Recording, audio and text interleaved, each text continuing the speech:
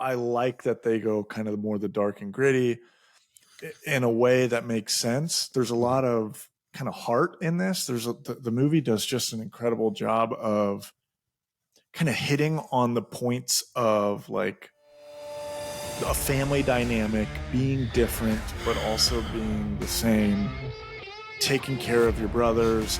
Obviously like Splinter gets taken and that like basically shakes up their whole world when they lose their dad. They're trying to get him back.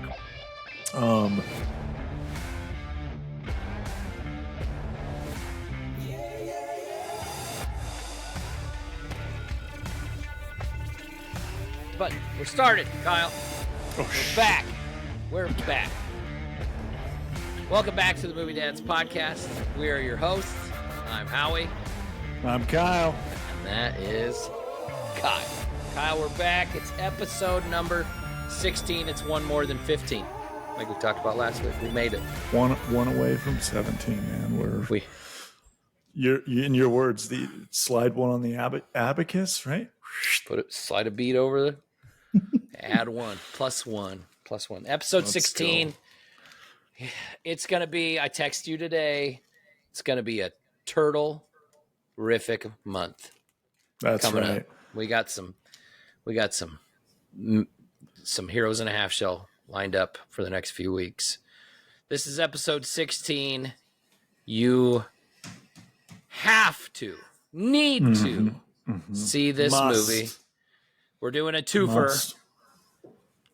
We're doing the 1990 Teenage Mutant Ninja Turtles and the sequel, Teenage Mutant Ninja Turtles 2, The Secret of the Ooze. Classics.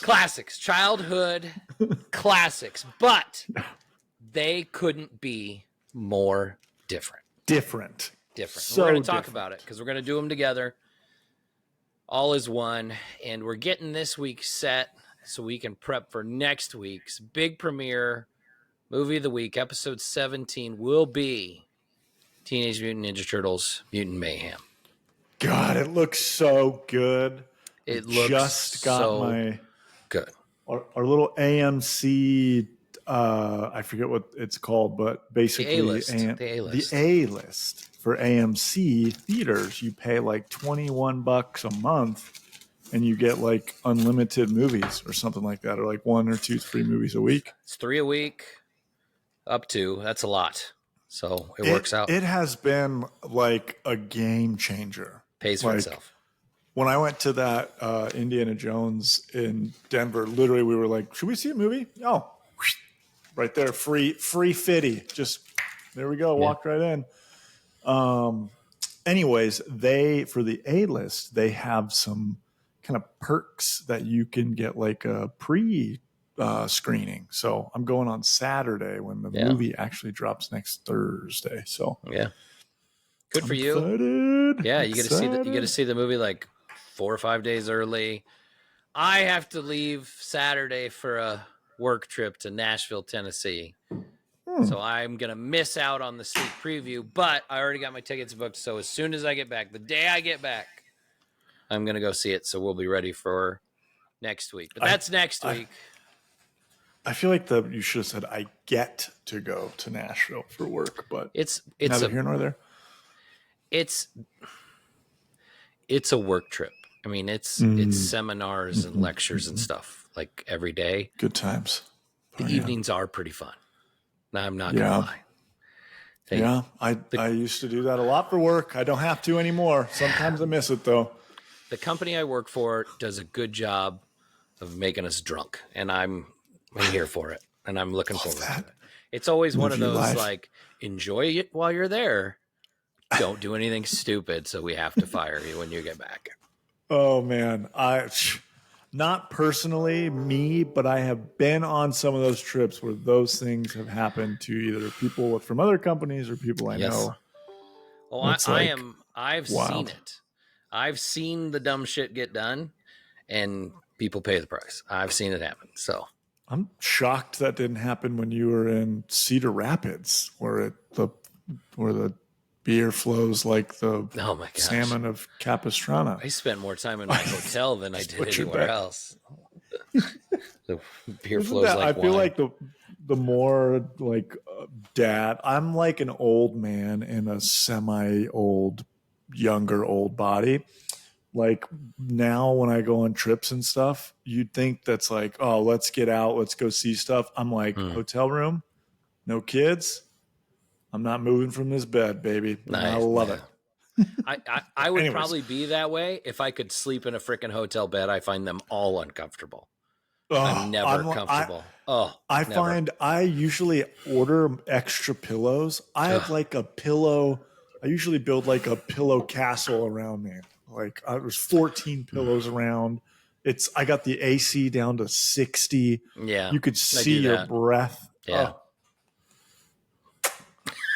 Anyways, no, I'm with you on that one, but I'm just never comfortable. It is, I don't know what it is, but we're rambling. We're going on and on and on. But Mutant Mayhem is next week, but we have to say, like, early reviews started coming out today, and they are superb, phenomenal. There really isn't bad reviews. I mean, there's a lot of comparisons. I saw multiple reviews that were comparing it to Spider-Verse, which is definitely an animated movie you want to get compared to. So that's something we like to hear.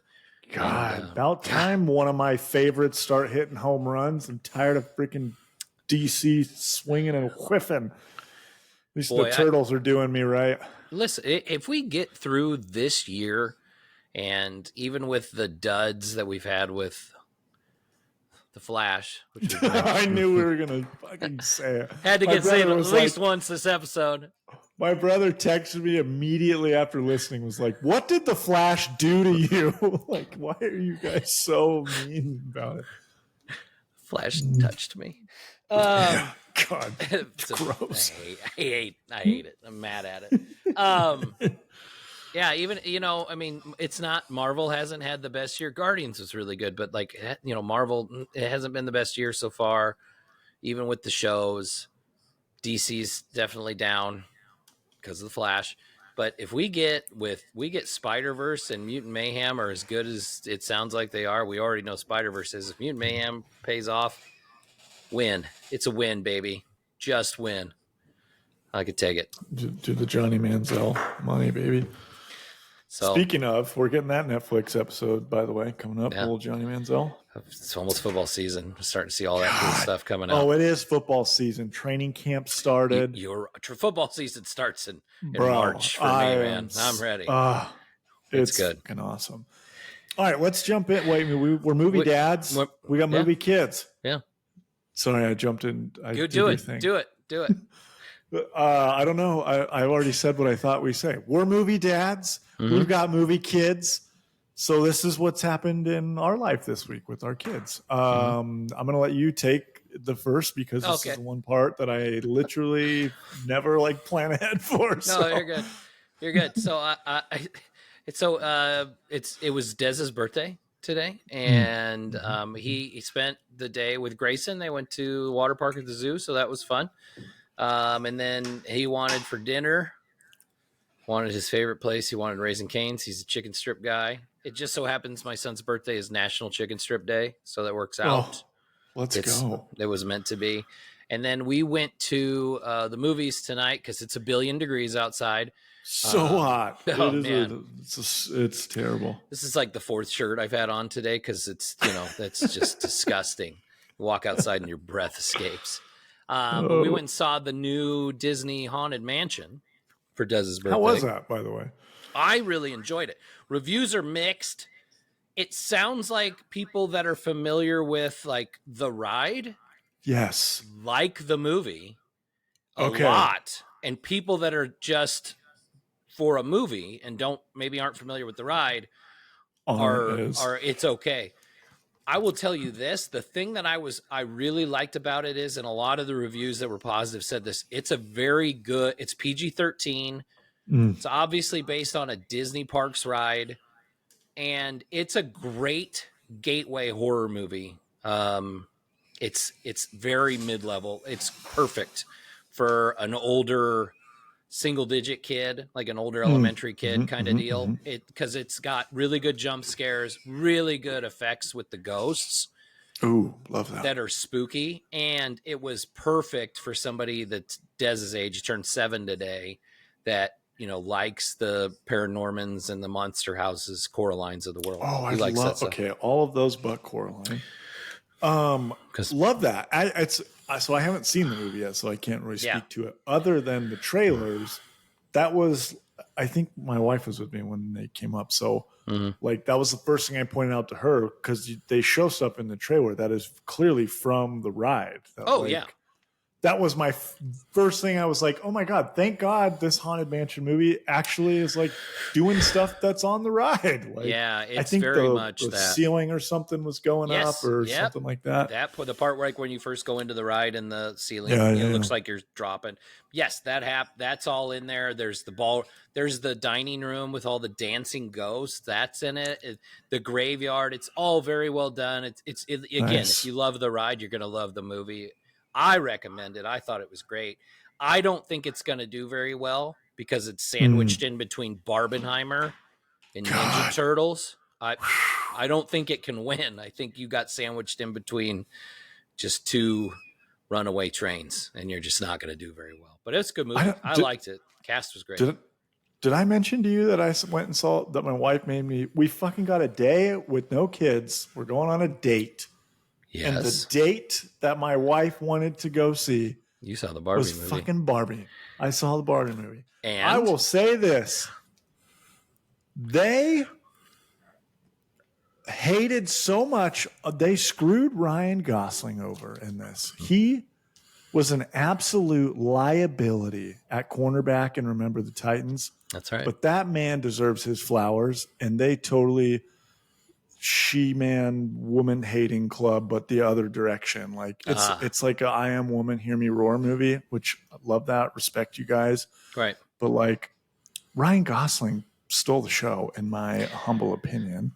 I'd heard that. It was a weird I haven't movie. seen it was weird. I heard that. I heard it's really good though. Like it's it's good. I don't really I don't really get who the audience is for, or who the movie's for, because there were a million people. Obviously, there were a million people there, like my wife's age and up, that are like all in Barbie shirts or Barbie pink. And like when we went to freaking Comic-Con, my wife was wearing a Barbie shirt, and she had people ask her about the Barbie movie wearing that shirt there more than any other nerd thing when we were there. So it was like I just couldn't tell, like, is this supposed to be a kid movie for kids so like they can get into Barbies, or is this for like adults and kind of nostalgia who like had Barbies, which I get more of the vibe that that's what it was more for. Yeah.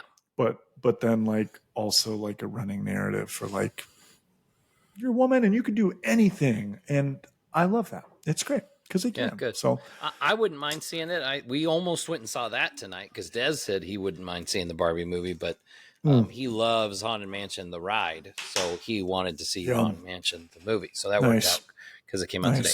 Yeah. So anyway, that was my that's what we did today for Dez's birthday. That was kind of our kid thing. So I mean, my kid life, it's like we're in prime like pool season. So like most of our time is spent in the pool when possible. So yeah, it's 1 billion degrees. So that makes sense. Dude, it was fucking so hot the other day. We were out there for literally like 3 seconds and just dripping sweat, but spent like 6 hours in the pool. It was great. My kids, I mentioned this last week. My kids are like so stoked for this Ninja Turtle movie. So we're planning on getting, I think you had said, Des already got the Michelangelo thing. Yeah, he did. We're going to get those so that they can wear them for the movie. So heck yeah, well, let's go. But we're going to California next week. We're just visiting my homeland, me old stomping grounds in Sacramento, and we're taking the whole squad. So, I know traveling with family and kids can be like a total like stressor, but for whatever reason, I've been in like a zone of like, I'm going to have a blast with the boys, just like airplane riding and getting to show them kind of my mild stomping ground. So That's pretty. We're just swimming and prepping for California. That's pretty much what our world is. So good. Excellent. That's awesome. So we didn't say it already. So hey, if you're watching us on YouTube, like and subscribe. Geez. Please leave us a comment. We'd love to hear from you. If you're not watching us on YouTube, hopefully you can find us and you're listening to us on Apple Podcasts, Spotify, Amazon Music, Google Podcasts, Podcast Index. You can also find us on social media and check out some of our videos at Movie Dads Pod on Instagram, Facebook, and TikTok. A little late on the intro for that one, but it just leads us into our next segment, Kyle. Guys, like, comment. That we got to beat the algorithm. I hear people say smash the like button, ring the bell, crush the algorithm for us so that we crush it. Can do more fun stuff, maybe make more content for you. So there's a potential Movie Dads Pod Comic-Con trip on the horizon, potentially, not necessarily set in stone, but when we started talking about that the other day, I'm like, shit, if like we get more than 100 I think it's fans, gonna happen. I think it's gonna happen. Yeah, I think if we get more than 100 fans, which we're pretty damn close on YouTube, we're getting up in the 90s or almost two. Mm-hmm. This is going to be like our thing, and so that can't happen if you don't like and comment and make fun of me. That's and right. Agree with Howie and constantly, or vice versa. I think generally most people will agree with you because you're like the Marvel like sheep. You're part of the general sheep crowd, and I'm part of the appreciates really good quality comic book side superhero crowd. So anyways, we're not going to fight today. We're not going to battle. No. We're going to jump into the thing that gets me most excited, the thing that gets me up in the morning, our 6 to midnight. So this week we finally got some awesome news. I'm fucking juiced. There, I mean, if you are a kid from the 90s, you know the Batman the animated series. It's like the seminal cartoon superhero show. Freaking Kevin Conroy Batman, Bruce Timm, which was creator and writer from that show, Paul Dini as well. So a couple of years ago, they announced, which is funny because I always talk about this, of like, how great would it be if they did a modern version of Batman the Animated Series or just continued it? Well, a couple of years ago, Bruce Timm announced that they were doing an HBO Max show called The Caped Crusader, which is essentially Batman the Animated Series, like being rehashed, but because it's on HBO Max, they are able to make the stories and do the stuff that they weren't able to do in the 90s because they're not on like cable TV with rules and like things like that, you know? Like, for example, Spider-Man, the animated series, you might not have noticed it, but Spider-Man like doesn't punch a single person in any episode ever because they weren't allowed to show them punch. Also, why they have laser guns instead of normal guns because they're not allowed to have guns in those cartoons because they're a kid show. So anyways, so the Caped Crusader was this thing they announced. It's going to be on HBO Max. Super pumped. And then freaking they got bought out and this whole like giant merger situation was happening. I'm not quite sure why HBO Max didn't want to keep this. No, because, Warner Brothers Discovery really still has the licensing rights for DC properties. So it is odd that they would let this move to a different streaming service, especially because they do have adult content with like the Harlequin show. And I truly think, because I don't think the word has quite gotten out yet. Like it's clearly on the internet and people should know. And if you like pay attention, you know, but I don't think it's really gotten out yet that like, hey, fans of Batman the Animated Series, the original creators and writers and artists are basically bringing that show back, but they're going to do it adult, adult stories, like cool.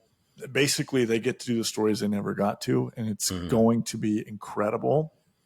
It's like, I'm so freaking pumped. So, anyways, they for whatever reason, HBO Max dropped it because of this new merger. And we know it's going to be huge once people find out and it drops. It's going to be I truly think it's going to be like one of those, like when The Witcher dropped, like everyone's going to watch it. All the nerds are going to watch this. If it has the animation quality and the writing that the Batman the Animated Series did, then absolutely. And I mean, Prime Video's already got a massive superhero cartoon in the Boys spinoff and Invincible. They've already done really, and I mean, if you haven't watched Invincible, it's a doozy. Yeah, it's so good. Yeah, it's good. It is good. Violent as hell. That's a show that I think you had told me to watch originally, and I like texted you 40 times after the first like 40 minutes of like, oh my God, this is insane, but I can't stop watching. It's nuts. Anyways, Amazon Prime is who picked up this show, and so I think they were shooting for next year. I'm not sure if that's actually going to happen, but I'm really hopeful for it. I was glad that news dropped that because when it originally got dropped from the HBO Max, they were like up in the air of like, I guess the show's not going to happen and no one's going to get to see it. It was like, how dare they dangle that carrot and then cancel on us? So I'm just happy to see it because it's going to be great. So that's mine. Awesome. What you got? So this past weekend, you were talking about how you went to the Omaha Comic-Con with your kids, or the Ocon Fan Expo, as it's called. I took Reagan on Saturday. It was both of our first con. So this, I guess, this kind of ties in with our movie kid thing too. But we had an absolute blast. And again, I know this is super small scale, and I know there's not a bunch of celebrities or anything like that. We had a blast. Like, I liked just seeing the cosplay. I liked seeing all the artists work. I spent way too much money. And it was pretty cool. I really enjoyed it. So then on Sunday, it was like, let's go again. And we took Dez, and he had a blast, and I spent way too much money again. And this is what kind of got the ball rolling to, maybe we'll have our movie dads trip to Chi-Town. Future trip to Chicago to go to the expo out there in a few weeks. But I think that's going to happen. I just got to make sure I can work it out the schedule, because as of right now, I'm home in August less than I'm not home. So, oh my God, I'm out of town more days than I'm not, and I'm going to add a couple more to the calendar probably too. But because we're talking about Ocon, and I want to talk about some of the art that I bought, because there was some freaking amazing artists, and I know some of these guys were in Denver, which you'd gone to, so that was kind of neat. So the first one is Jim Messling, which it's Jim Messling on Instagram, and his website is Cartoon Caveman. But I got some really awesome Batman prints. Great art. He also did some Star Wars prints too that I got. Great Darth Vader silhouette one, and then I got some others from him as well. And then the ones I got that I was super excited about, these are an artist by the name of Jamie Coker, and it's jamie.coker_artist on Instagram. And he had a huge booth, but we always talk about the t-shirts and stuff that I wear. I'm a big mashup. Big mashup guy. I like crossovers. So I had to buy these, especially because we're talking about Ninja Turtles. But it's a classic Universal Monsters Ninja Turtle. Awesome. Piece of art. So, Leonardo Those are sweet. Wolfman, Donatello's Dracula, Raph is Frankenstein, and Mikey is the creature in the Black Lagoon. And then it got its partner piece, which is the modern day monsters. It's awesome. Right there. Yeah, so Raph is Michael Myers, Leo's Jason, Donatello's Freddy Krueger, and then Mikey's Leatherface. So really cool art there. So Jamie Coker. Just some really cool art. I bought a sword too, which the Master Sword. Master Sword from Zelda. I talked to that artist too. They had a really cool kind of classic 1980s, 1990s cartoon, like giant, poster that was lit up, kind of like how I have mine lit up. Yep. Mm-hmm. And so I was looking at it and was like pointing out like, oh yeah, we have a podcast. I've got a bunch of turtle stuff in the background, like always looking for new turtle stuff. And she was the one that she brought me over. They had like some really cool, like not like glow in the dark, like black light up paintings, like metal paintings. Cool. And one of them was this huge, like classic cartoon shredder. Oh, and he had like a pizza slice, like kind of flopped over his helmet, and he had his like wrist blades, and there was 2 Ninja Turtle action figures that were like broken and stuck onto like the blade. Oh, that's pretty cool. She was like, "Oh, you like Ninja Turtles? Like, come check this out." And it was under the black light. It looked really, really cool. I did not buy it, but it looked awesome.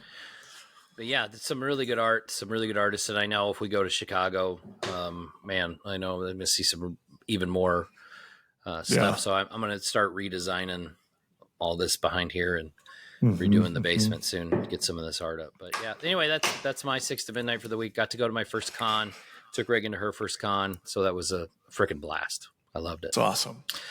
Omaha Comic Con, I think, was my very first like Comic Con too. There's just something about getting around people that are fucking nerds like us. You just feel kind of at home. It's like, all right, I'm okay to be a fucking weird nerd here. Yeah, there's nerds like us there, and then there's another level too. Yeah, but it is what it is. Yeah, we shower. Anyway, that takes us into our segment, our movie segment of the week. You have to see this movie, or in this case, these movies. Teenage Mutant Ninja Turtles from 1990 and its sequel, the fast-tracked sequel, Teenage Mutant Ninja Turtles 2, Secret of the Ooze. Yep. Boy. So, fuck, man. I was like, I've seen these recently. It hasn't been that long. But I watched them again the other night, back to back, as I was sitting in a hotel room for work. I was like, this is the perfect thing for me to have on in the hotel as I'm working on my laptop, because I've seen these movies a billion times.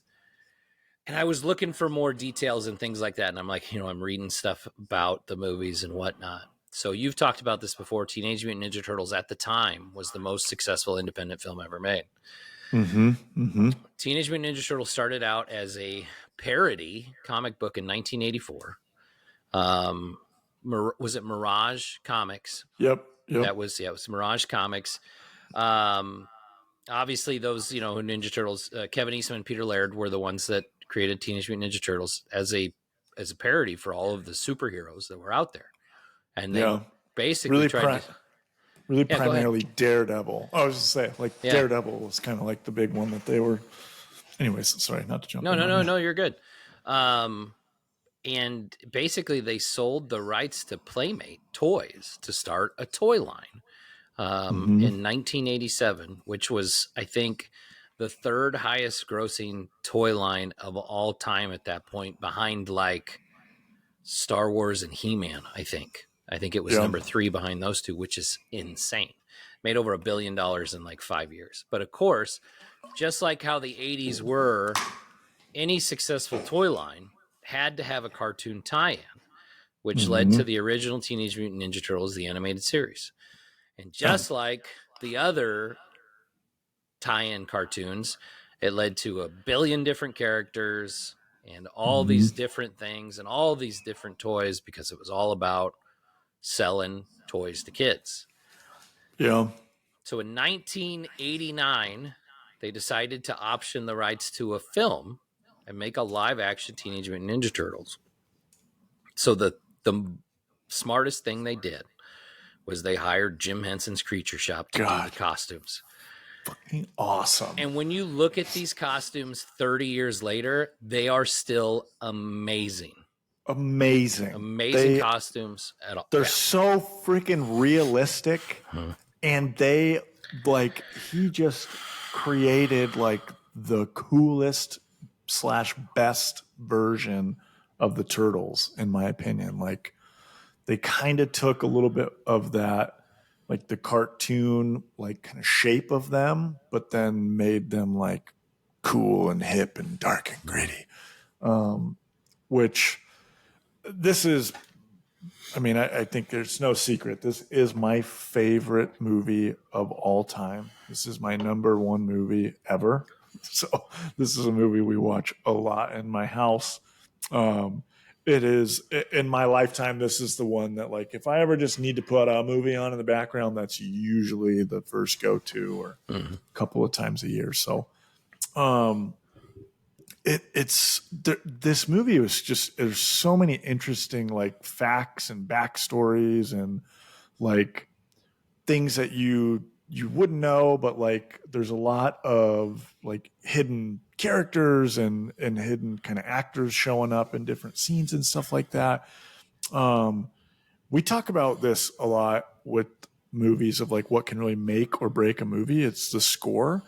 And the score for this movie is like, it hits a home run. Like it literally hits on every, when you need it to be fun and Ninja Turtlesy, like when the movie opens up, you feel like you're at like in a Ninja Turtle cartoon. And then when there's like serious moments or sad moments, like it just does such a great job.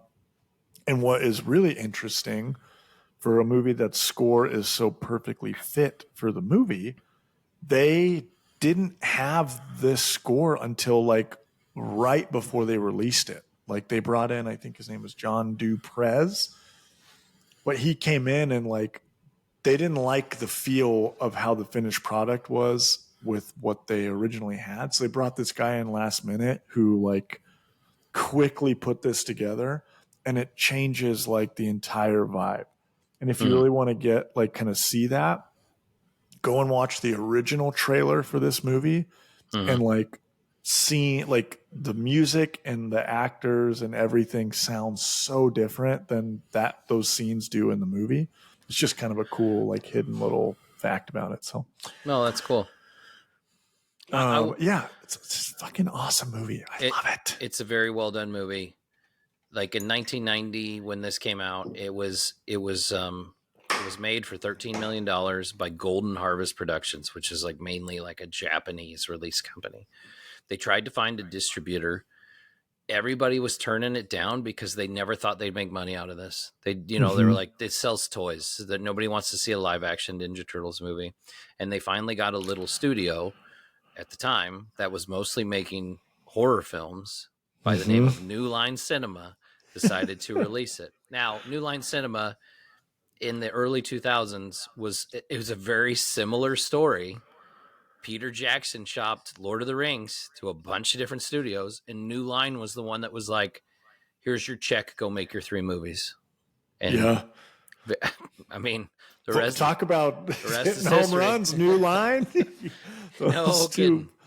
Those two, when we talk about like greatest movies ever, those are all in the conversation for me. So yeah, it's awesome. But then, it released. It made $200 million at the box office, which was almost profit because it was so independently made, and it turned into this huge thing. The movie itself, like we talked about, the costumes, which they're phenomenal. The voice acting is great. I mean, they ended up getting Corey Feldman to do Donatello, which when you watch the movie, it's so out of place.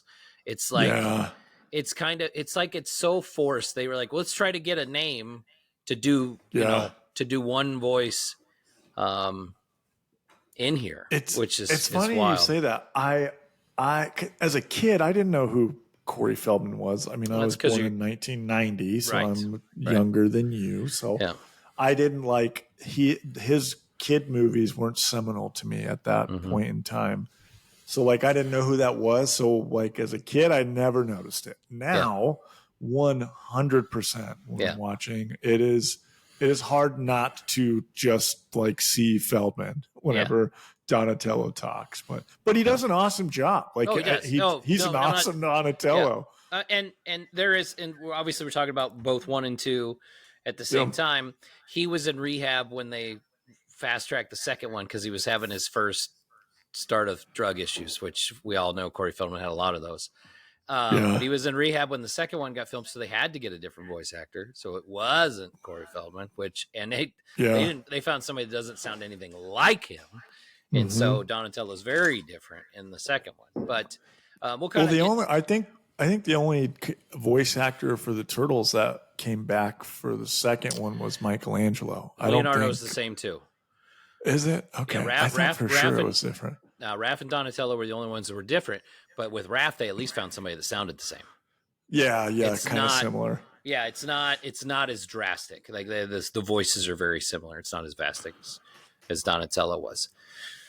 The first movie is very dark. It's very gritty, especially when you compare it to the cartoon series, right? Yeah. Yep. It's more based on the comic book, which is actually even more Darker. darker Yeah. than grittier than the Yep. movie was.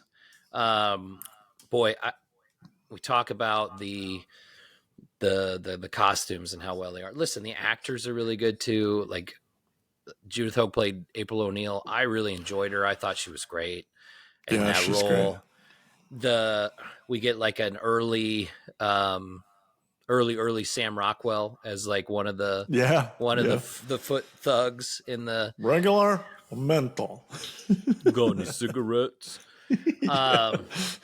Boy, there's just there's a lot. Like there was a lot that worked with this movie. That there's different settings. Like there's very much New York, but then they kind of have this like farm setting. They have the warehouse, they have the rooftops, they have the antique store, the sewers. Yeah, it's all New York, but it feels New York, even though it was all built on a soundstage in North Carolina. They did a really good job.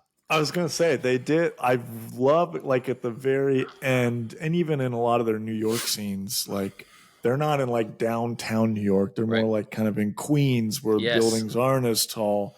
And they filmed in North Carolina in like a small little rural town and kind of turned it into like downtown New York, which was fucking awesome. They sent artists to New York and stood them up on rooftops and they drew sketches. And then they came back to North Carolina and they built the rooftops that they drew. Which is that's awesome. It is. It's pretty cool. So, like you talk about this being your favorite movie. So, like, what are the things that stick out to you the most about the original? This movie, like, I am the youngest of three brothers. This movie, like, played in our house ever since I have a memory. And so, like, anytime I watch this movie, it almost like it feels like hanging out with my brothers, if that makes any sense. So like I was Raph, my brother Justin was Donatello, my oldest brother Luke, who was our leader, he was Leo. So like I love the serious Ninja Turtles. I know it sounds kind of goofy to say, but like I think I like that they go kind of more the dark and gritty in a way that makes sense. There's a lot of kind of heart in this. The movie does just an incredible job of kind of hitting on the points of like a family dynamic being different, but also being the same, taking care of your brothers. Obviously like Splinter gets taken and that like basically shakes up their whole world when they lose their dad. They're trying to get him back. It's for me, this is just like the perfect fucking comic book movie. It's the coolest Ninja Turtles. Shredder is a badass in this movie. The voice actor, the way his costume, he just looks so fucking cool. The foot soldiers were also really cool. Like when I was younger, like ninjas in general were just like I was a kid. I liked ninjas. And so like the design of the foot soldiers were really cool. So I would always like kind of pretend and play that I was a foot soldier and stuff.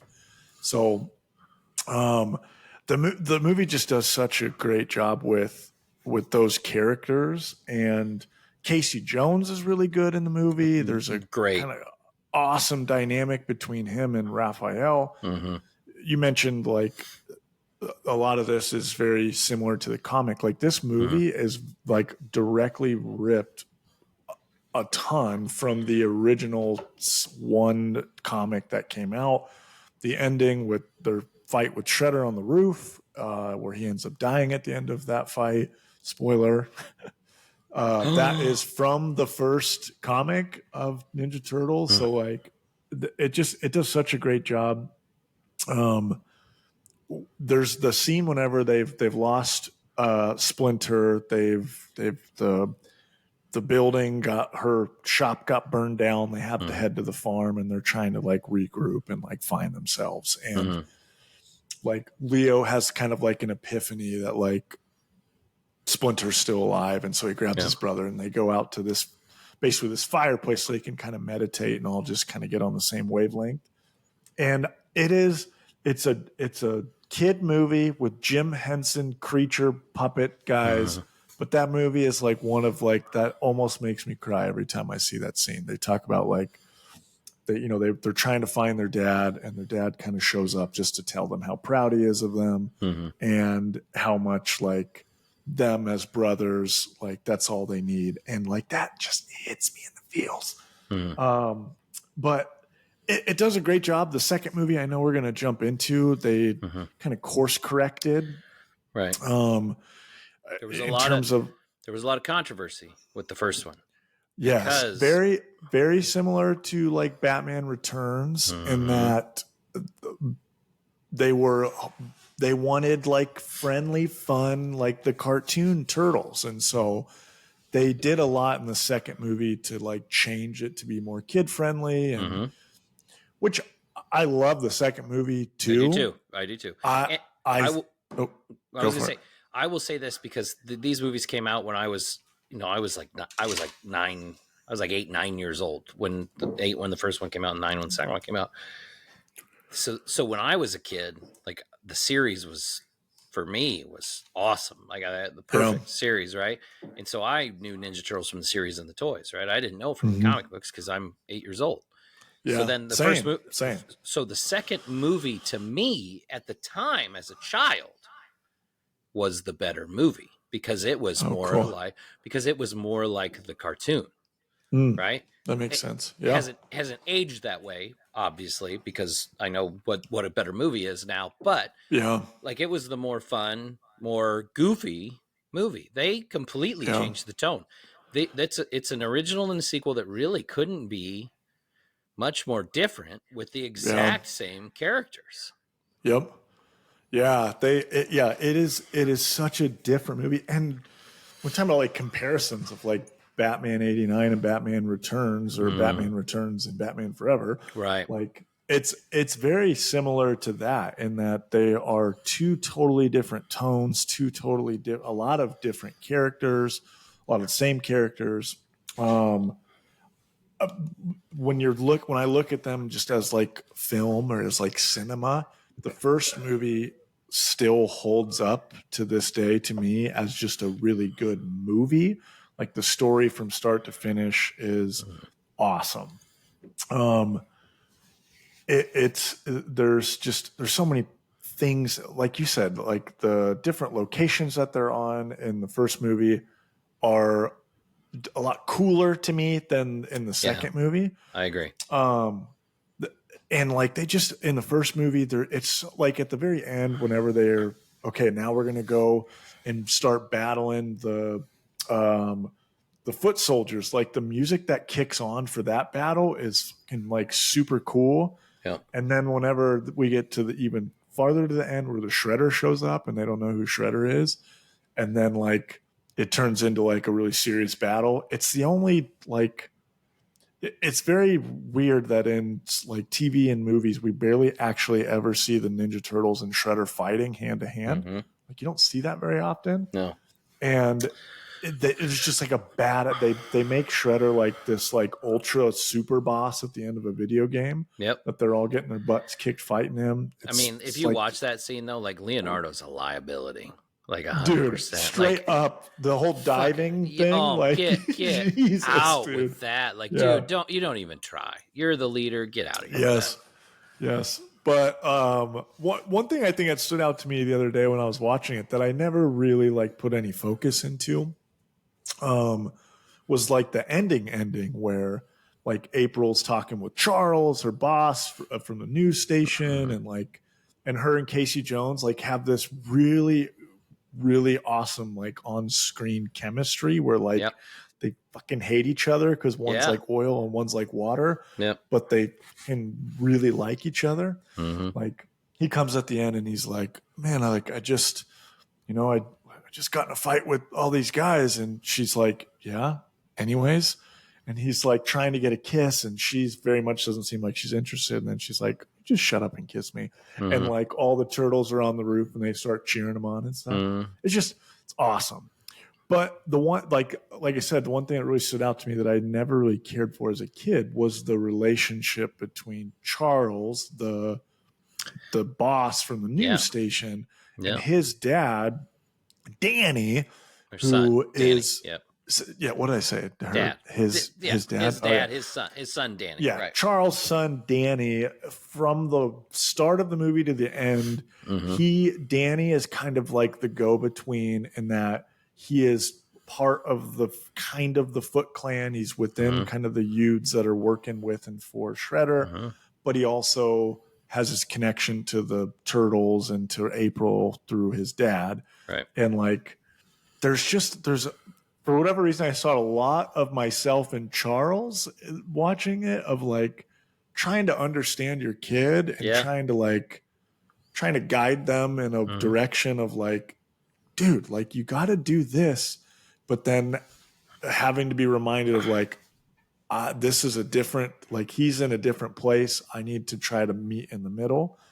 I'm going through a lot of that with like my kids right now and just trying to navigate that dad life. And for whatever reason, that really stood out to me. And then they get to the end and they kind of like make up where he's like, he's kind of like Danny's trying to say sorry, but also like the dad's kind of like, I'm sorry, like I was being a dick. And like, I don't know. I really like that little story thread through it. I did too. It felt like as a kid watching the movie, it felt like this is dumb. What's the point of this?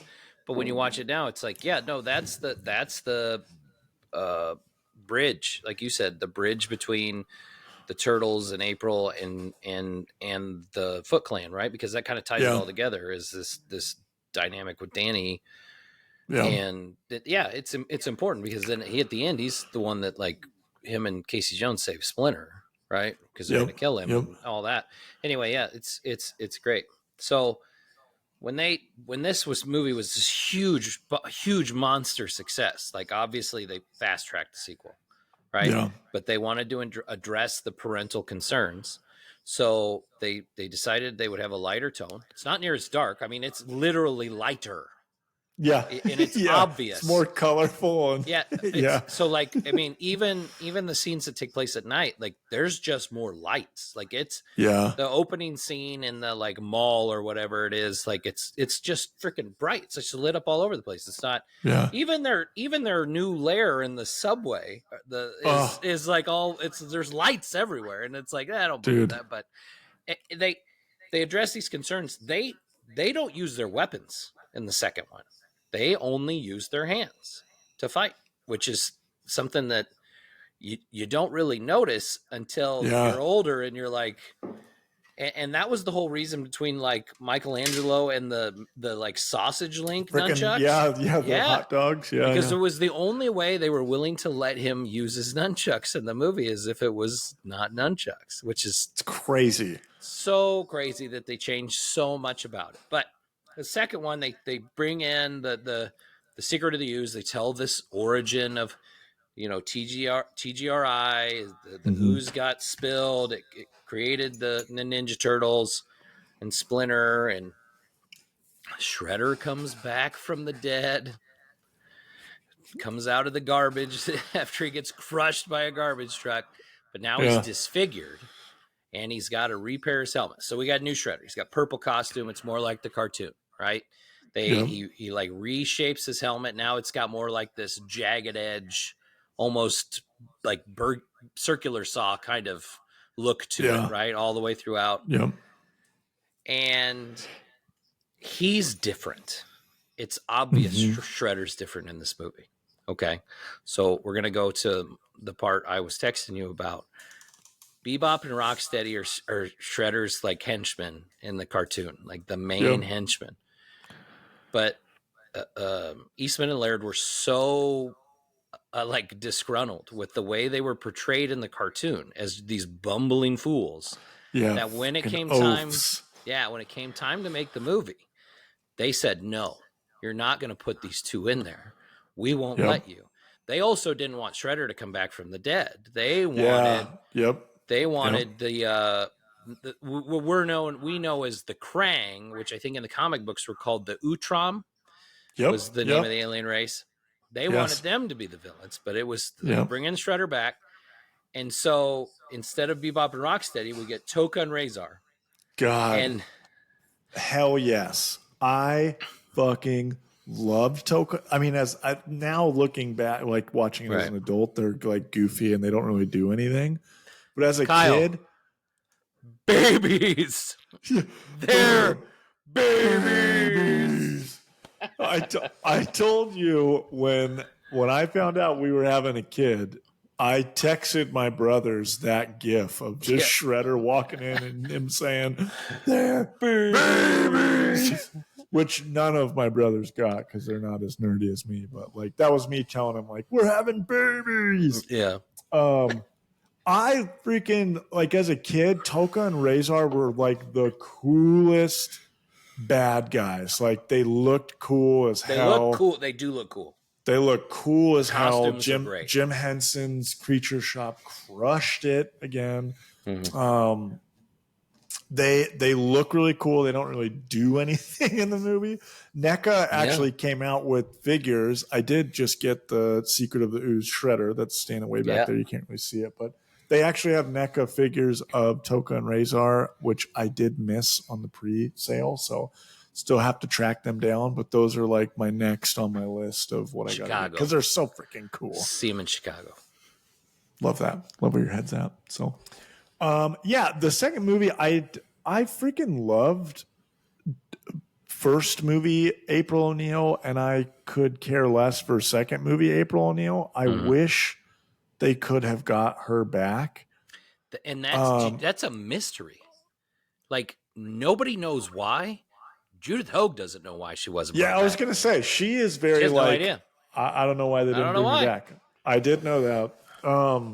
She seems to think it was because she complained about the way the stunt performers were treated on the set of the first one, and like how much they were put through. Like, and she's not talking about her. She's talking about like the guys in the suits, turtle suits and stuff. And she said that she voiced a lot of complaints about that, and that's why she thinks it was. But nobody's ever said why. Which makes sense because in the first movie, I think like the costumes themselves, they weighed like 45 pounds. They said they were like after one scene, they would basically would lose like 5 pounds of sweat because it was so hot. Some of the scenes I read somewhere that they sweat so much that the suit was a sponge. And by the time they were done working for the day, the suit weighed over 70 pounds because it was so full of water. Yeah, that's so gross. It's insane. And so they're in these like foam costumes, but their helmets or their masks, they're animatronic. So like they, in some scenes, they built like in the sewer specifically, like they built the floor of the sewer was actually like 4 or 5 feet up. So all of the animatronic people could be under like controlling, like, so their mouths and their eyes and stuff were moving when they were talking. So, I thought there's a lot of cool kind of behind the scenes stuff with these movies that we've learned over the years. Kind of fun fact in the first movie, the guy who plays Raphael in the costume, he is actually, when Raphael's like chasing down Casey Jones and he gets hit by the taxi, he runs over the guy. It shows the guy in the taxi like, what the heck was that? It's like, I think it was a giant turtle in a trench coat. The guy who says, what the heck was that, was Raphael from he's the guy who's in the Raphael costume. And then Michelangelo is the pizza delivery guy where he comes up and he's like, this is a 10. The tab's 13. So you're 2 minutes late, dude. Oh, I couldn't find the place. Like that guy I gotta get a new route. Yeah, I got to get a new route. Mhm. I thought I had every route. That guy is Michelangelo's like costume actor too. Mhm. So, and then in the second movie, Kino, which is the main character, he's like the Ernie pizza Reese delivery guy. Jr. Yes, who is a badass. I freaking love him. He is Raphael under the suit in all of the second movie. So I thought he was Leonardo in the first one, wasn't he? that I don't know. That's a great I question. think in the first one he was Leonardo in the first original movie. He was Leonardo. He had to be like 13. He was kind of a younger guy, right? Oh, I guess it wasn't too far after that it. movie came out 1 year after the first one. Yeah. They fast tracked the shit out of that. Shit out of it, yeah. The second movies, I freaking love Toka and Razor. There's also like a breath of a moment that Super Shredder is in it, and like I thought Super Shredder was like one of the coolest characters ever. I always pretended to like become Super Shredder when I was a kid. Yeah. I ended up finally getting a Super Shredder figure from NECA. That is one of my favorite figures because he was such a badass. Also, fun fact, Kevin Nash, wrestler from WCW, Russian guy from Punisher movie. That's right, Kevin Nash. Super Shredder. So Super Shredder is the most badass and wasted villain. Wasted. Absolutely wasted. He shows up because he drinks the final bit of ooze that's there. He then explodes into a giant spiky monster shredder, which I'm not quite sure how ooze transforms your like helmet and your shoulder pads and your spikes. Don't question it does. It does. And he literally just slowly bumbles down. Yeah. And then kills himself by smashing the dock all around him. The dock. So dumb. It was a waste. Now, okay. First off, Ernie Reese, he was Donatello in the first movie. He was cool. Wasn't Leonardo. He was Donatello. I didn't realize he was in both of them. Nice. Yeah, he was Donatello's martial arts body in the first. Yeah. Super Shredder. So the really thing I think was awesome about Super Shredder was they took him and they made him the end boss in the Turtles in Time video game. Was Super Shredder, which is awesome because super cool. He at least got something. Yes, they made a figure of like a toy of him back in the day, but he was like this big. Like Super Shredder was tiny, which he still was one of my favorite figures, but he was fucking tiny. Yeah. Also, first movie we get Turtle Power at the end, like it's a rap song by Crime Time. That is just like the coolest fucking rap song. It's like an LL Cool J vibe. Yeah. And then we get the second movie, and we get fucking we get freaking Vanilla Ice. Vanilla Ice, who has his second biggest hit ever, Ninja Rap. Yeah. And it's just such a goofy song, but I fucking loved it as a kid. I thought it was ninja, so cool. Go Ninja, go. It's go, so dumb. Ninja, go. I loved when they like broke into this like concert club thing, and then they just started battling it out. It's just totally more on the cartoony vibe. Like that's exactly what it is. Yep. Listen, I didn't say it. You mentioned the subway, like they find their new like home, and a lot of cartoons and more recent shows have done that as like their main like home, like their sewer home. I thought it was so cool when they found when they find this old dusty like old train car tunnel that has been like forgotten by time.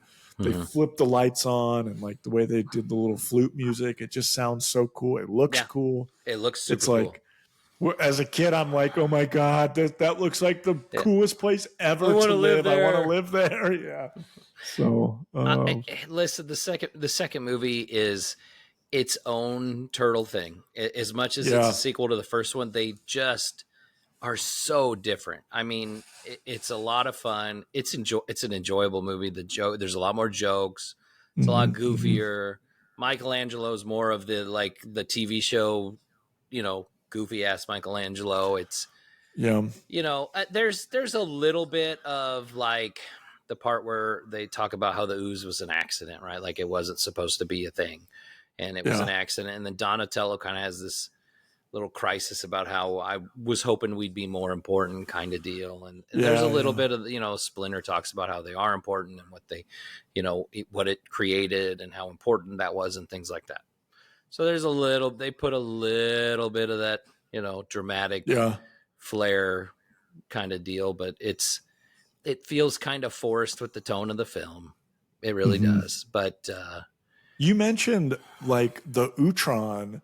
It's like that was something. So the original plan, even once they were filming, I forget the name of the professor. There's like a professor scientist that yeah, he's played by David like, Warner, who's actually like was a pretty big actor in the like 70s and 80s. But so he is the TGRI, which in the comics it's TCRI. So that was an interesting kind of switch up. But and now they've in comics and shows they've switched back and forth of that. So there's no distinctive one that it's supposed to be. Professor Perry. Yes. So Professor Perry, who works for TGRI, he's the guy who's like, all right, this is the last vial as they're trying to ruin or get rid of the ooze at the very beginning when the foot soldiers show up and there's a battle between the turtles and the foot soldiers for this last can of ooze. The original plan was that at the very end of the movie, they were going to have a scene where they were going to pull, just like in the cartoons, more in the more recent ones, but they were going to pull his shirt open and he was going to have an Utron, basically like Krang, that little thing in his stomach. Yeah. He was going to be a robot, an android that was being ran by the Utron, and that they were the ones that had created the ooze. That was the plan from the whole get-go, and they just didn't pull the trigger on it. Kind of glad they didn't. I think that would have made it different and weird. Yeah, it would have made it weird if that would have been the ending. I think, yeah. I mean, but I think that kind of lined up with kind of what you were saying, like the original. They didn't want the Shredder; they wanted to have kind of Krang in there as the bad guy. And I think we're not going to talk about this movie because we didn't. But the third one, just like I don't even know what they were doing. It's all over the place. It's feudal Japan. Like it just does. Like you have you have all these characters. You have tons of characters. And that was the thing that I thought was goofy about Toka and Razor too. It was like Toka's basically like a dumbed down version of Slash. Yeah. Yes, that's exactly what he is. Yep. So like I mean, why just if you're going to make original characters for the movie, don't make a dumbed down version of a character that already exists in the snapping turtle that is way more badass in the cartoon.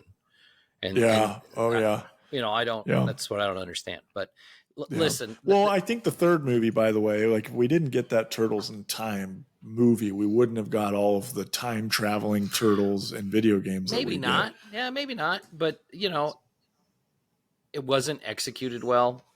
That's part of it. And the bad guys were boring as shit.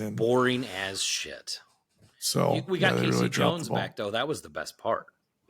Yeah, but I have still to this day am confused about the Casey Jones. Like we got the original back when they're in present time. Yeah. But was the guy in the past that looks like Casey but not the same actor, or was that the same actor? Was that supposed to be Casey Jones or like I don't know.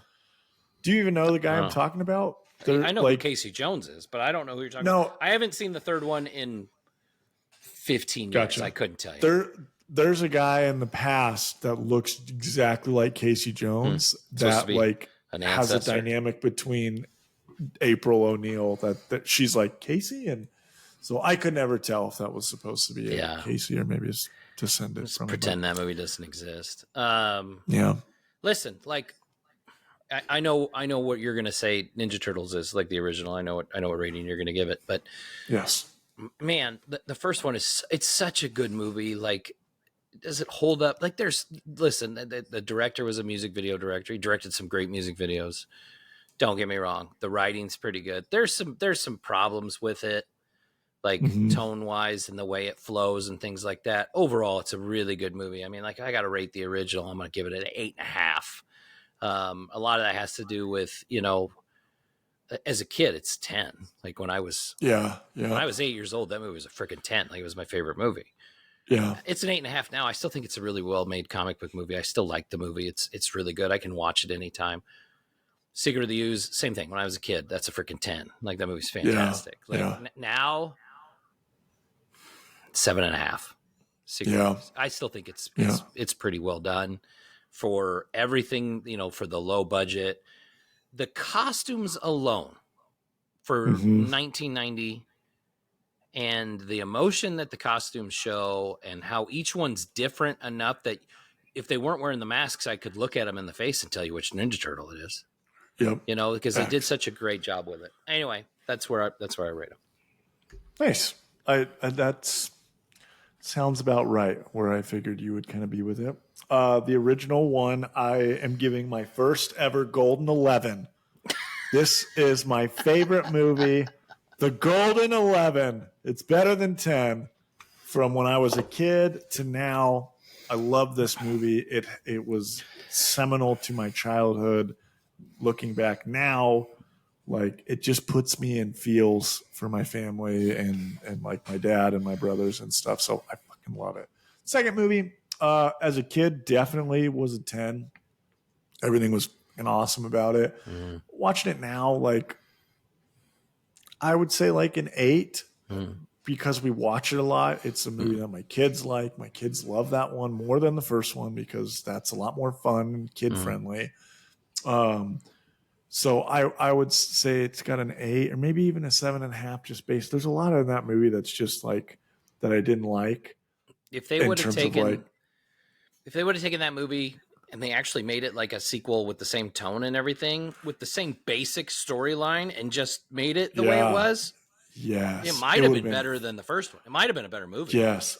Dude, that's a great point. That is a great point. If they would have made it serious like the first one and even kept the same story, like absolutely, it would have been much better, much cooler. Because I always kind of they made. I'm sorry. They made Shredder too much like the cartoon Shredder.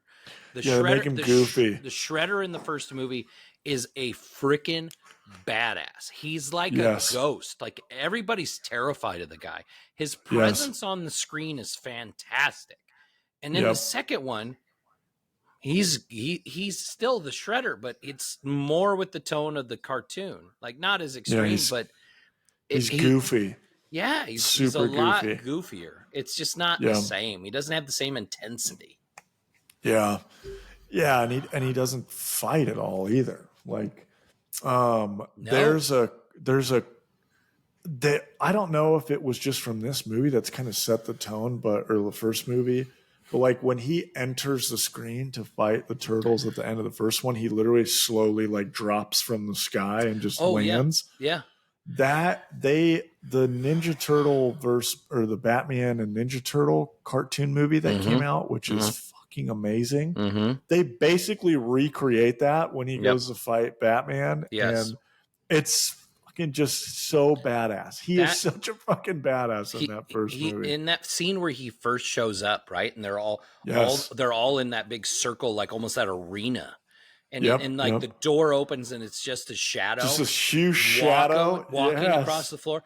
And they do that thing where they like peel back his cape over his blades and it's badass.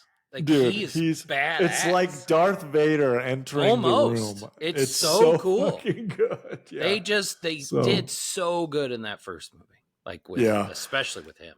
And the turtles. And even like the fighting in general, like they use their weapons, like the fighting is serious. They lose battles. They don't just win everything. Like Raphael gets like that whole fight where Raph basically like he's pissed off at everybody. So he goes to the roof and then he gets jumped by all of the foot soldiers and they basically knock him out and throw him through the window. Yeah. Like that fucking battle was cool. The whole kind of Casey Jones is just freaking hilarious. Like it's people in the face with hockey sticks and stuff. Like it's Nobody cares. Yeah, they're great movies. If listen, I'm sure the people that listen to this podcast have both seen those movies. If you haven't seen them in a long time, watch them again. Maybe watch them again especially if you're planning to see the new one. Like they're both. It's a great 1-2 punch. Like bring back some nostalgia. Sure. Show them to your kids if you haven't. But that's it. You need to see these movies. Teenage Mutant Ninja Turtles. You need to see these movies once a year. Yeah, I agree with that. Teenage Mutant Ninja Turtles, Teenage Mutant Ninja Turtles 2, Secret of the Ooze. Solid. There's only one segment left. My favorite. There can be only 5. Only 5. So this week, we touched a little bit on our subject with the Ninja Turtles, like we have kind of in previous episodes. So I decided this week I wanted to do the top 5 non-Marvel DC comic book movies of all time, because we're talking about a important comic book in the history of comic books made into a classic movie. Teenage Mutant Ninja Turtles. So I'll start with my list. So top 5 comic book movies, non-DC Marvel. Number 5, Teenage Mutant Ninja Turtles. The original, the 1990. Had to be on the list somewhere. Had to be on the list somewhere. It's especially talking about it, like with you, especially as much as you like this movie, like everything that was done well about that movie and everything that was so great about it, like it's hard not to have it on this list at some point. I know where it's going to be on yours, but like having it on this, I know you gave it the gold. You gave it the golden 11. I'm gonna fucking frame that. Put it on a shirt. You need to put that on a t-shirt. Put that shit on a shirt. But it's a classic. It's a classic from our childhood. Growing up, like Ninja Turtles was it, and this movie's an all-time. I love it. I have that at number 5. Number 4, I have a tie. It's a movie and its sequel. I have Hellboy, and I have Hellboy 2, The Golden Army. Oh, cool. Nice. I love the original Guillermo del Toro, Ron Perlman. I've talked about him before. Hellboy movies, like they're a lot of fun. Like casting Ron Perlman as like a gigantic red superhero was an awesome decision, especially in his later years, like they did. And he's so awesome as the character. The supporting cast is great. The storylines are awesome in both movies. They have that Del Toro flair, the art direction, the monsters are great. I need to watch the second one again. I've seen the first one a million times. I love the first one. Yeah, the second one's probably the better of the two. If I had to put one on this list, it would be the second one. If I can only put one, but I put them as a tie. That's interesting. I just remember liking the villain in the second one. Not the main villain, but like the guy with the sand and stuff that the suit. All the different characters, the Angel of Death and all that stuff. And like some of them have a very like Pan's Labyrinth feel to them too. Yes. So you get that art feel, and they're great movies. If you've never seen Hellboy or Hellboy 2, like they're awesome. You should check them out. Yeah. Number 3, I had Sin City. Frank Miller classic. This movie plays out just like a comic book, a very dark and violent comic book. Very. And the art direction of this movie, it's black and white. It's written like it's in a comic strip. The use of color in this movie is amazing. The art direction is fantastic. The cast is great. Like this was the movie that this was the one that like brought Mickey Rourke back. Remember that? Yeah. He's so fucking badass. He had made all those movies in like the 80s and early 90s, and then he started making like all those like shit B-movie action movies, like the stuff that was on Cinemax. He was becoming Steven Seagal, like over the hill. Steven Seagal. He was then what Steven Seagal is now. That's how bad it was. And so then he gets cast in Frank Miller's Sin City, which is directed by Robert Rodriguez, who's very underrated. I think he's made some really cool movies. And it's he's as Marv is like the best part of that movie. Bruce Willis is great. So fucking cool. Elijah Wood plays a character that you wouldn't have thought, and like Terrifying. There's so many cool characters. Clive Owen, like it's a great movie if you haven't seen it. Number You two, do a good job, like that with the talking about the color. Like it's a black and white movie with like splashes of color. Certain characters have like red Converse that stand out, or one of the bad guys is bright yellow. The Yellow Bastard is his literal name. Yeah. Dude, like that movie, it's literally a comic book on screen, and it's so good. So good. well done. And that's why it's so disappointing that the sequel was so bad. Yes. Yeah. Facts. Number 2, I had Kingsman, Secret Service. Ooh, nice. Yeah. I saw that on some big fan of that movie. Like I can watch that movie 1,000,000 times. The action's great. The violence is unforgiving. The use of music in it. The characters are all really good. Like Taron Egerton before this movie wasn't a household name, and they cast him as the lead, and like that guy he kills it as Eggsy. Like it's great. And that Michael Caine's in it, Colin Firth, like Mark Strong, Samuel L. Jackson's the bad guy, Mark Hamill's in it. Like it's a cool movie if you've never seen that, and it's super violent. Like it's really great. And then you probably knew what my number 1 was going to be because it's been on a bunch of lists before. Dread is number 1. It's my all-time comic book movie that's not DC or Marvel. Talked about it enough. Carl Urban's the man. That movie's badass. Yeah. Make the fucking sequel. God there's damn probably 50 clips. 50 clips out that say me saying, make the fucking sequel to Dread already, will you? Carl Urban, talk to Amazon Prime. They will make it for you. Now. I had an inkling that you were going to put Dread on your list, and it should be on my list, but strictly because we've talked about it 600 times. 600. I didn't put it on my list. I'll start. I've got 3 honorable mentions. I had an honorable mention, but you know how I am. I'm not a big fan of honorable mentions, but I'm gonna name one. And I'm fucking throw a million of them. You always throw a million of them out because you don't like top 5 lists. You got to have a top 7 or 8. I just want people to know, like, there's movies that deserve to totally be fair. mentioned. I wanted to mention A History of Violence. Nice. If you've never seen A History of Violence with Viggo Mortensen, like check that movie out. It was so hard to not put in my top 5. It's an extremely well-made movie. It's based on a comic. It's not a like superhero movie whatsoever. Man, it's a good freaking movie. So yeah, James Gunn has that listed as like his number 2, like all time. That and like Old Boy. The original Old Boy is a very good movie. It's still weird. I wouldn't consider it the best comic book movie of all time. Like he does. But like there's a shit ton of Japanese movies that all kind of came around that time period that are really Korean. There's some Korean movies that are like that too. Some of them are really freaking weird. They're really freaking good. I thought I have not seen the original. I've just seen the remake that had. Oh, that's shit, man. Freaking it's horrible. Yeah, that's shit. The whole concept of the story is terrible.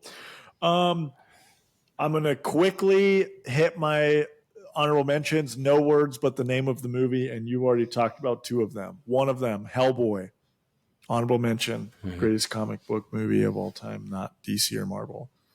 Dread is another honorable mention. Richie Rich is my 3rd honorable mention. I won't talk about the movie other than it's really freaking good. And if you haven't watched it in a long time, go watch it because Richie Rich was fucking good. Macaulay Culkin's the man. Yeah, that was his final good movie. Okay, number 5, top comic book movie, not DC or Marvel, Sin City. You talked a lot about it. I freaking love this movie. This is the first of 2 Frank Miller movies that are on my list here. But like you said, it literally is a comic book on screen. The colors are amazing. The characters are amazing. It sucked that the second one was not good. And the second one had Josh Hartnett in it. Also had Thanos in it, which was crazy that it didn't end up being good. So did Old Boy. I know that. I know that's like those are two movies. Those were before he was hitting home runs. Like yeah. before he was hitting dingers. So, and then number 4. This is like a loophole on the list. Today it would count as a DC movie, but when the movie came out, it would not. I have The Watchmen. The Watchmen is technically they were purchased by DC eventually, but at the time that the comic came out and the time that the movie came out, it was not a DC movie or DC property. But The Watchmen by Zack Snyder is a lot of people didn't think it was good when it first came out, but They're wrong. they're wrong. If you've ever watched or read the original comic, other than like a main like kind of ending switch plot point, it is amazing, and it does such a good job of doing what the comic did and putting it on screen. When my wife and I were first dating, she took a literature class, and that was required reading in the literature class. I had already owned it, so she just borrowed my That's copy. awesome. Did you know that book is on Time Magazine's 100 Best Works of the 20th Century? Dude, it's so good. The end scene with Rorschach when he's like telling them to just kill me, and he like takes his mask off and he said, "What's one body amongst thousands, or what's one body amongst the rubble or something?" I can't remember, but yeah. And then he screams, "Just do it!" And then like Dr. Manhattan explodes him. In the comic, that scene is powerful, and in the movie, the actor that plays Rorschach is the perfect Jackie Earle Rorschach. Haley was Dude, dynamite in that role. he was built for that role. It was amazing. Yeah, so that scene, every time I've watched that movie, I always get teared up when he does that at the end. I'm not locked in here with you. You're all locked in here with me. Like, he is so badass in that movie. Yeah. He is the perfect Rorschach. That whole cast was great. Dude, they hit dingers. No A-listers, person not playing. A single A-lister, and they're all great. Yes, that like the costuming was amazing. I actually think the Batman from Justice League with the goggles was really ripped directly from this kind of owl man, because he looks essentially exactly like it. But the costumes were cool. It's a cool movie because it's like they do a lot of stuff from the past and future. There's Bob Dylan music and songs in it. Like the everything about it was amazing. It took that comic book that was amazing and made it into a really good movie. Wow, that was my number 4. Number 3, I've got Road to Perdition.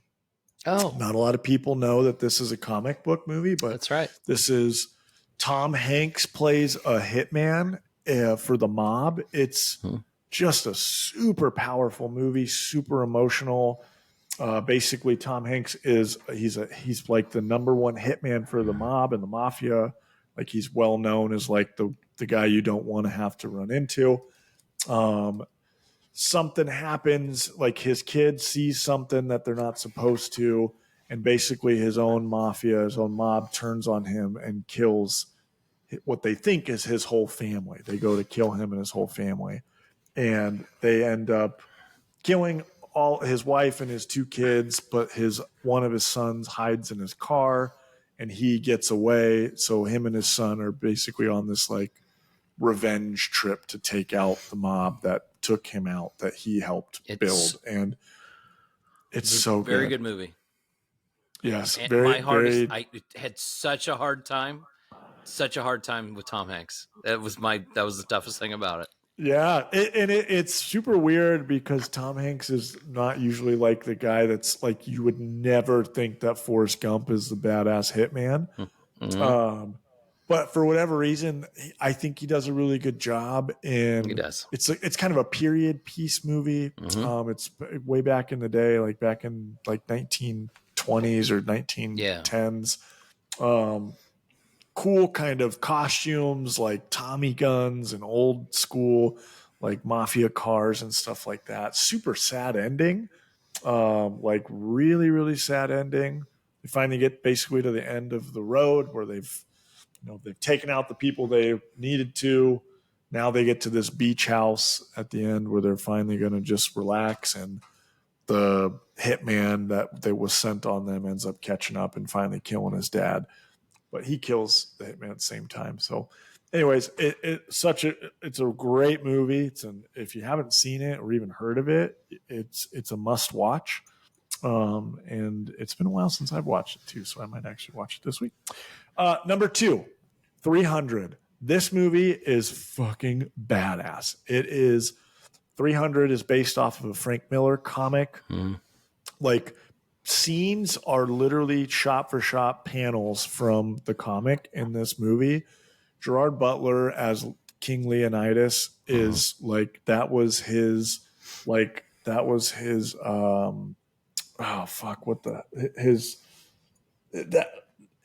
he was his made moment. For that role. It was his moment. Like I wanted to.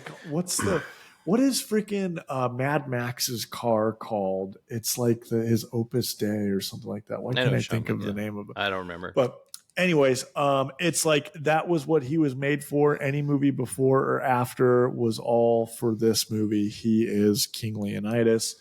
It was just such a cool concept. These freaking giant jacked monster Spartan soldiers, 300 take on an army of 1,000,000. And it's really cool. It's one of my favorite movies of all time, not just comic book movies. We'll never talk about it on this pod, but it's a 10 out of 10 movie for me. I freaking love 300. And then my number 1, I won't go into a lot of details because we've talked about it this whole episode. Teenage Mutant Ninja Turtles, 1990. To me, is the greatest comic book movie ever made. It is the Golden 11. Golden 11, baby. But yeah, I mean, we had some that were similar and some that were different. Yeah. I probably, if I would have thought about it, I probably would have had Watchmen on my list if I wouldn't have. If I would have thought about it not being DC when it came out. Yeah, it's DC now. DC owns the Watchmen, and back in 2014, they actually folded them into DC with Doomsday Clock and stuff like that. So, anyways, but at the time it wasn't, and for the longest time it was like one of the most famous comics that wasn't a DC or Marvel comics, kind of like how Ninja Turtles were. So, cool. All right. Well, that's my list. Let's jump into the second list just so we can keep cruising for sake of time. This second list is on brand with our turtle talk. But basically we're doing our top 5 iterations of the Ninja Turtles from movie and film. So like which versions of the TV shows or movies that have come out are your favorite. So, because there's been a bunch of different versions. There's been some really great ones. There's been some terrible ones. Michael Bay. A lot more good than bad, I think. Yes, for sure. For sure. And they definitely have evolved over the years and like their look and overall vibe. I'm kind of glad that Mutant Mayhem is it almost feels like they're kind of course correcting to get a little bit more back to the original vibes, but they're still keeping it a little like different. So like the most recent one on Nickelodeon, I think you have talked about it before with me. It was really good, but like for me, the turtles just look so different and weird. I think they have superpowers. Like it just, I'm a loyalist to original vibes, and that was just not my vibe. And the Michael Bay movies, like, how do you screw that up? They screwed it up. It's terrible. Okay, my number 5, I've got a tie for the Nickelodeon 2012 like cartoon 3D TV show, because they did just an awesome job with kind of understanding the characters. The look of them was kind of wonky, but they still like, I thought it was weird that their legs or feet were basically like just like elephant legs, like elephant feet. Like they don't have actual feet. Yeah. Thought that was weird, but they did a good job of like understanding the turtles. There's a lot of good stories in it. They have a lot of story arcs throughout the show. The characters they brought in were really good. The voice acting was really good in that one too. Yes, Rudy Rudiger, Samwise Gamgee as plays Raph as yeah, Raph is great. freaking awesome, and Seth Green I think is Leo in that. Yeah, So that's good. I have this tied at 5. It probably would be higher if we had more of it, but because there was only one movie, I couldn't have it any higher. But I have it tied with the Batman versus Ninja Turtles movie. The Ninja Turtles in that movie are freaking awesome. They look. This movie only came out a couple years ago, but they look like classic original Turtles. They're a little bit more serious, but they're kind of goofy. I like the art concepts were really cool. I just enjoyed those versions of the Turtles. My number 4 iteration of the Turtles that I love is the 2003 cartoon. This show, it was like, let's do the cartoon Turtles, but like, let's make them more serious. And I really enjoyed that. I thought like the design was really cool. Again, there's a ton of seasons, there's a ton of episodes. They really dive into like the weird and wacky as well as kind of the serious. The first season is more kind of grounded and serious, and then second season they start like traveling in time and stuff. But if you haven't watched it, super good. I think it's on Paramount Plus if I'm not mistaken. But there's a ton of seasons. Freaking awesome Turtles. Number 3, the version of the Turtles from the TMNT movie that came out in like 2006. It's like a spiritual successor, spiritual sequel to the original movies, but it's like a 3D kind of Pixar vibes. Again, because they were trying to be like a sequel essentially to those original movies. That's why I really loved them, because I love those Turtles. That movie is great. My kids love it. There's some really cool scenes in it. Just the CGI looks amazing, and it's a fun story. I wish we would have got more of that, but they only did one. I agree. movie. Yeah, I'm with you. Number 2 is the 1987 to 1996 cartoon. The like original cartoon Ninja Turtles was seminal in our household. It's what set the tone and got everything going for all our other turtle stuff. I love just they're so awesome. I love throwing that show on like in the background when my kids are playing with toys and stuff. Just it's super goofy. They have freaking like suction moon boots that they can walk on like flying blimps and just like super random stuff. Something that not a lot of people know, but after the 1990 movie came out, they basically flipped the tone for like the last like 25 episodes of the show. People refer to them as like the Red Sky episodes, but basically they totally changed the tone from this goofy fun like out there crazy wacky cartoon to like the Turtles. They were a little bit darker colored. They looked kind of closer to the movie ones. And there was more serious, there was more kind of action, more kind of a serious tone. And in all those episodes, the sky is like red in the background. That's why they call it the Red Sky episodes. But so like if you like the 1990 movie and you like the Ninja Turtle cartoon original, there's kind of a like an amalgamation, like a combination of them both for those Red Sky episodes. They're all free on YouTube, by the way. And then my number 1, I mean, did we think it was going to be anything different? The live action 1990 Ninja Turtles is the best Ninja Turtles that we've ever got.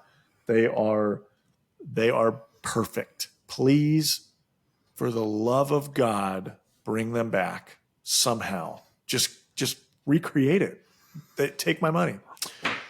Yeah, that's mine. Hit me with yours. This is going to be quick because our lists are almost identical. No way. Almost that's identical. Awesome. I love that. At number 5. I'm not kidding. It's pretty close. At number That's 5, awesome. I have a tie between the 2012 to 2017 series, the CGI, I think that's why the TMNT movie that came out in 2006, 2007 didn't get a sequel, was because Nickelodeon bought the rights to Ninja Turtles after that, and then created their own property. So they did the 2012-2017 series. I have a tie between that, and I have a Rise of the Teenage Mutant Ninja Turtles, which is the newest series that was on Nickelodeon, Nice. which you mentioned previously on your list. And that I had a lot of fun with that series. I was with you 100%. Was like not my Turtles. Like, Yeah. I don't want to watch it, but my son started watching it, and so of course I sat down and watched it. It's got this very kooky vibe to it. Don't get me wrong. Like, Yeah. but the movie that came out on Yes. Netflix Is good. great. Like, It's really good. And it follows up the end of the series, and it's really good. So I had that tied with the one you had. Nice. At number 4, I had the 2003 to 2010 series at number Let's go. 4. Let's go. It was same reason, right? Like it's a little darker tone. It's a little bit more serious. Man, we got some cool characters in that one too. There's some really great story arcs. Really good, really well done series. It's a lot of fun. I have some of the DVDs and stuff. I really enjoyed it. Yeah. At number 3, Batman versus the Teenage Mutant Ninja Turtles at number Nice. 3. For all the reasons you said, I would put that movie at number 3 for the Shredder versus Batman face-off alone. It's such a cool scene. I didn't mention it. We were talking earlier, but when I mentioned like the when he comes drop down, that scene of Shredder versus Batman it's one of the coolest comic book scenes in any movie. Yes. Like if you're a Batman fan, if you're a Turtle fan, like it's fucking him and Shredder. It's like it's heavy. Like they beat the shit out of each other. And they also one up each other. And it's fucking cool. It's like everything you would want in a Batman versus Shredder moment. Like it makes that whole movie fucking cool. Yes, it doesn't matter. The rest of the movie doesn't matter. Yes. That makes it worth it. That's so funny. That was at number 3. Number 2, I had the 1990 Teenage Mutant Ninja Turtles live action movie for all the reasons that we've talked about. And then at number 1, I had the 1987 to 1996 original Teenage Mutant Ninja Turtles animated series. Basically, we had the same 5, and I had a couple different flopped around. Pretty close. 1 and 2 were switched. 3 and 4 were switched. Almost identical. The original Teenage Mutant Ninja Turtle series was like, I think it was probably my favorite television series when I was growing up. Like when I was younger, I watched He-Man a lot. Like when I was like 4 and 5, like He-Man was it. And then Ninja Turtles came out, and it was like Ninja Turtles was it. And it was the perfect time for me because like 87, I was 5. And like I got to watch all of that, because that whole series, I watched every episode. I had every figure. I had all the vehicles. Like they did exactly what they planned out to do, and I got all of it, like all them toys. Dude, and yes. They're the best. I don't know if I mentioned this, but I bought like months ago I had bought this like it's called Pizza Dude's Got 30 Seconds is what it's called, but basically it is a vinyl of the 1990 original like live action movie music in 8-bit video game style on record, which is super random, but it comes with all of this like cool art. And I just, when it popped up on my feed, it was the right moment where I was like, I'm just going to buy that. And I did it. But it comes with this cool poster that I think I've got it right over here. I'm going to grab it. Yeah, it's a cool poster. I've seen it. So funny story, and Kyle already knows the story, so I'll just keep talking so we keep interest in the podcast. But while I'm going through these lists and the way that I build them, I kept talking. You already know the story, but no, you're fine. Yeah. The way that this came about is, so whenever we do these lists, both of us usually look at like lists of all of the material that would qualify for this. So we looked at all of the Teenage Mutant Ninja Turtle movies. So I'm literally looking through this list and I see something on there I've never heard of before. And there's and this so this is a future lookout. This is episode 18. Usually when we do the I can't believe you haven't seen it movies, one of us is aware of what movie we're talking about. Like the Phantom. I know with the Phantom. I know who's in the Phantom. I've never seen the Phantom. Yeah. We're talking about movies like that. Turtles Forever, which came out in This is so 2009. funny. Didn't know it existed. Never heard of it. Didn't know it Yeah. was a thing. Didn't know that there was a fucking Ninja Turtles multiverse movie. Dude, this movie, when you texted me that you were like, what is this movie? I've never even heard of it. It made me smile because this movie, one, it's really good. It basically is like the 2003 series that we talked about, but then they bring the original old cartoon turtles into like their world, and it's a multiverse movie. It literally does what Enter the Spider-Verse did way before that, like 10, 15 years ago. It's the same thing. They've got like portal guns and you see different turtles from all iterations in it. It's a good movie. I'm not going to go into too much detail because we're going to watch it, Yeah. but it's so funny that you have never even heard of it. Never even heard of it. Didn't know it existed. Watch and when you texted me watch that, the trailer today. It was right after my sons and I, like, that's a movie that's probably the turtle movie that we watch the most in our house because it has the old turtles and it has the new ones. But we literally like just watched it at like the day that you texted me about it. So I watched the trailer. Are the comic book versions of the turtles in it? The black and white ones?